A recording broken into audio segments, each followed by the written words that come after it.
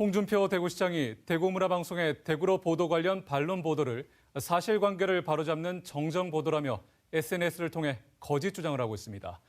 대구문화방송을 가짜뉴스의 진원지라며 원색적으로 공격하더니 정작 자신이 가짜뉴스를 퍼뜨리고 있는 겁니다. 이 같은 거짓된 주장을 바탕으로 언론사를 상대로 취재 거부를 하며 민주주의의 기본인 언론 자유를 침해한다는 지적을 받고 있습니다. 신병철 기자 보도합니다. 이번엔 이 공공배달앱에 대구문화방송은 지난 7월부터 공공배달앱 대구로 관련 특혜 등의 의혹을 집중적으로 보도해왔습니다. 대구시가 추가적인 공모 절차 없이 대구로 사업을 확장하면서 수십억 원의 과다한 예산을 지원했고 협약과 다르게 운영업체의 지분 매각의 길을 열어주는 등 특혜 의혹이 있다는 내용입니다.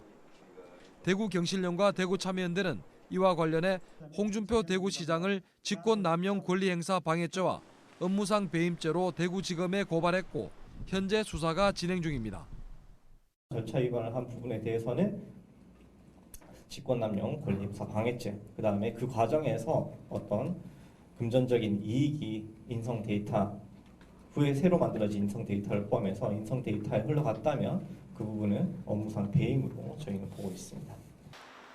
대구로 운영업체인 인성데이터는 보도 내용이 사실과 다르다면서 언론중재위원회에 정정보도와 1억 원의 손해배상을 청구했습니다.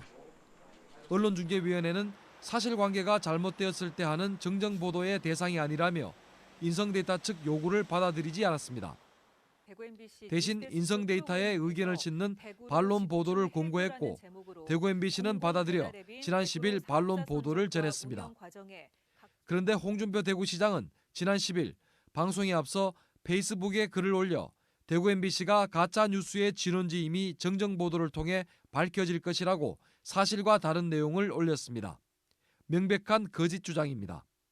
언론중재위의 판정을 왜곡해서 가짜뉴스로 그것을 공격하는 것은 적언해가 없는 거죠. 법적으로도 문제가 있다고 봅니다. 사실관계를 왜곡한 거짓을 바탕으로 홍준표 시장은 대구 MBC가 가짜뉴스를 양산하는 방송이기 때문에 대구시로서는 계속 취재 거부를 할 수밖에 없다고 밝혔습니다. 이 또한 직권남용 권리행사 방해란 지적을 받습니다. 직권남용 권리행사 방해죄는 공무원이 직권을 남용해 타인에게 의무 없는 일을 하게 하거나 권리행사를 방해할 때 성립됩니다.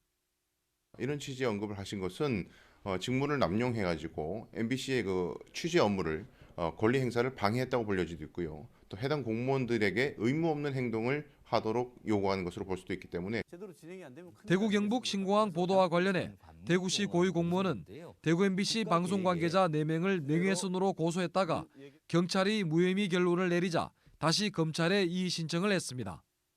홍 시장은 자신에게 불리한 수사기관의 결정은 입맛대로 해석하고 언론중재위원회 조정 결과를 왜곡해 가짜 뉴스를 퍼뜨리고 있습니다. 더구나 이를 바탕으로 명분 없는 취재 거부를 계속하는 건 민주주의 기본 조건 중 하나인 언론의 자유를 침해한다는 지적을 피하기 어려워 보입니다. MBC 뉴스 신병철입니다.